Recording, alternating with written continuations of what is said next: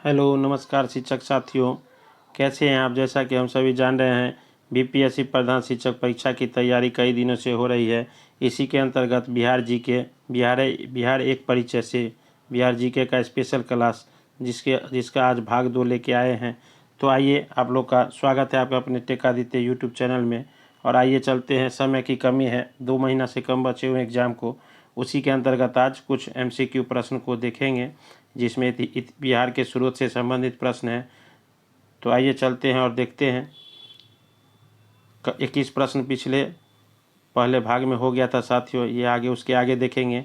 तो कम ही समय है, इसलिए प्रश्नों के सिर्फ आंसर को ही लिया जा रहा है। तो यहाँ देखते हैं प्रश्न संख्या 22। बिहार के प्रांत के आरा से प्राप्त देवबर्मा का लेख शाहपुर पटना एवं मंदार बांका से प्राप्त लेखों की से जानकारी मिलता है। तो किस चीज़ की जानकारी मिलती है, आप लोग को एक थोड़ा सा आसानी है कि इसमें उत्तर व्याख्या सहित दिया गया है। तो यहाँ देख सकते हैं, देवबर्मा के अभिलेख में परवर्ती गुप्त शासक देवगुप्त, विष्णुगुप्त, जीवित गुप्त द्वितीय का नाम मिलता है। तो यहाँ आपका आंसर जो हो जाएगा साथियों, ये डी हो जाएगा। परवर्ती गुप्त वंश के बारे में हमको इसकी जानकारी बिहार के प्रांत के आरा से प्राप्त देवबर्मा लेख से और शाहपुर पटना मंदार बांका से प्राप्त लेख से मिलती है साथियों। प्रश्न संख्या 23 देखते हैं। पाल शासकों के बारे में जानकारी मिलती है। पाल शासकों के बारे में जानकारी कहाँ से मिलती है साथियों? तो ये देवपाल के मुंगेर अभिलेख से, नारायण पाल का भागलपुर ताम्र अभिलेख से, महिपाल प्रथम का नालंदा मुजफ्फरपुर अभिलेख से। तो इन सभी से मिलती है साथियों। तो इसका आंसर आपका डी हो जाएगा। चलते हैं अगले प्रश्न को देखते हैं। कम समय है, प्रश्न ज़्यादा से ज़्यादा है, आप 1 से 2 बार देखेंगे वीडियो साथियों तो आपको याद हो जाएगा। प्रश्न संख्या 24। बिहार के लिए सर्वाधिक प्राचीन साहित्यिक स्रोत क्या है? तो बिहार के लिए सबसे प्राचीन साहित्यिक स्रोत जो है वो अथर्ववेद है साथियों। तो 24 का आंसर आपका ए हो जाएगा। प्रश्न संख्या 25। बिहार में स्थित महाजनपदों के बारे में जानकारी मिलती है। पहले तो जान लें कि भारत में कितने महाजनपद थे, 16, और बिहार में कितने थे, 3। तो इसकी जानकारी हमें कहाँ से मिलती है? तो इसकी जानकारी हमें अंगुत्तर निकाय से मिलती है साथियों। अंगुत्तर निकाय से विनय पिटक का संबंध जो है साथियों, यह महात्मा बुद्ध से है। सूत पिटक, विनय पिटक। प्रश्न संख्या 26 देखते हैं। नालंदा के सराय टीला में उत्खनन से प्राप्त हुआ है। नालंदा के सराय टीला में उत्खनन से प्राप्त हुआ है। क्या प्राप्त हुआ साथियों? तो पाल काल का बौद्ध विहार। पाल काल का बौद्ध विहार। अभी हाल ही में जमुई में पूरे भारत का 40% सोना का खाद्यान्न प्राप्त होने की संभावना भूगर्भिक वैज्ञानिकों के द्वारा की गई है साथियों, जिसका प्रश्न 68वीं बीपीएससी में पूछा भी गया था। प्रश्न संख्या 27 देखते हैं। बौद्ध साहित्य, यहाँ भी बोले बौद्ध साहित्य विनय पिटक एवं दीर्घ निकाय से जानकारी मिलती है। तो इससे किसकी जानकारी मिलती है साथियों? तो मगध के राजतंत्र एवं वैशाली के गणतंत्र के बारे में, मौर्योत्तरों के बिहार के बारे में। तो ये आपका आंसर सी हो जाएगा, उपर्युक्त दोनों के बारे में। तो आपका आंसर यहाँ सी हो जाएगा। चलते हैं प्रश्न संख्या 28 देखते हैं।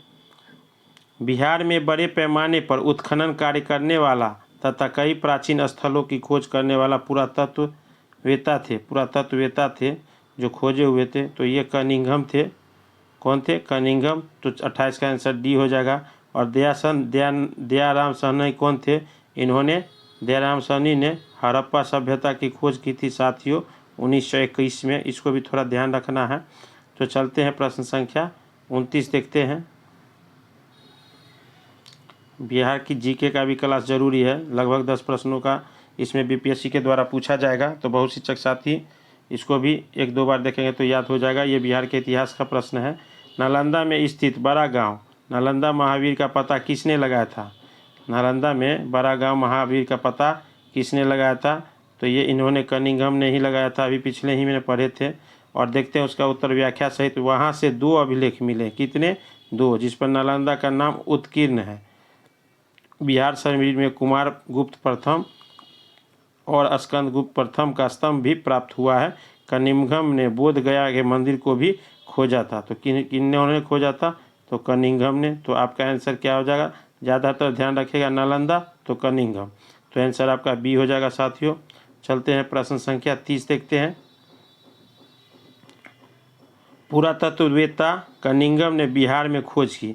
फिर से उसी प्रश्नों को पूछा जा रहा है, लेकिन हो सकता है उन्होंने और भी खोज किया होगा। तो केसरिया स्तूप, चंपारण, लौरिया अरेराज का अशोक स्तंभ, और यहाँ जो है बसाठ के अवशेषों के आधार पर वैशाली के प्राचीन स्थल। तो उपयुक्त सभी हो गया साथियों। तो उन्होंने नालंदा का भी और इसका भी दोनों का खोज किया था। प्रश्न संख्या 31 देखते हैं। विदेह के राजा जनक ने निष्क या स्वर्ण या शतनाम उपहार में दिए, यह कहाँ वर्णित है? विदेह के राजा जनक जी, जिनकी पुत्री सीता हुई थी माँ सीता, तो उसी के उन्होंने स्वर्ण या शतनाम उपहार में कहाँ दिए थे, जो वर्णित है वो कहाँ है?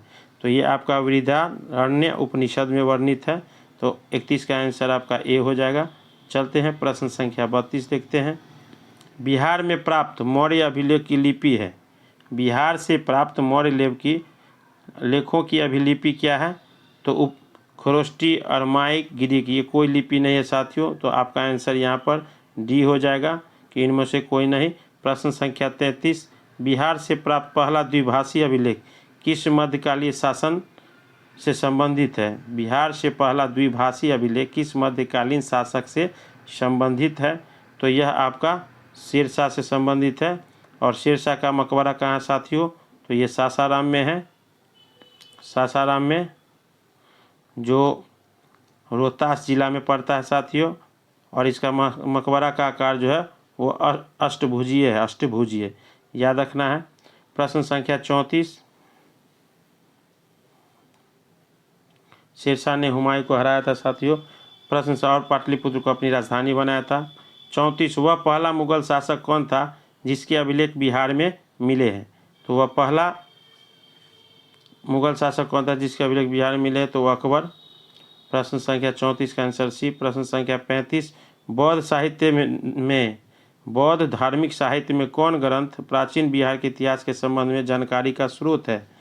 तो यह आपका दीर्घ निकाय होगा साथियों।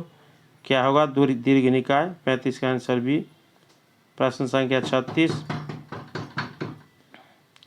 तो सियर उल मुताखरीन की रचना किसने की? तो इसकी रचना जो है गुलाम हुसैन तबताई ने की। तो आज का वीडियो कैसा लगा आप लोग ज़रूर कमेंट कीजिएगा। और जो भी शिक्षक चैनल नए हैं तो वो चैनल को सब्सक्राइब कर ले। तब तक के लिए धन्यवाद।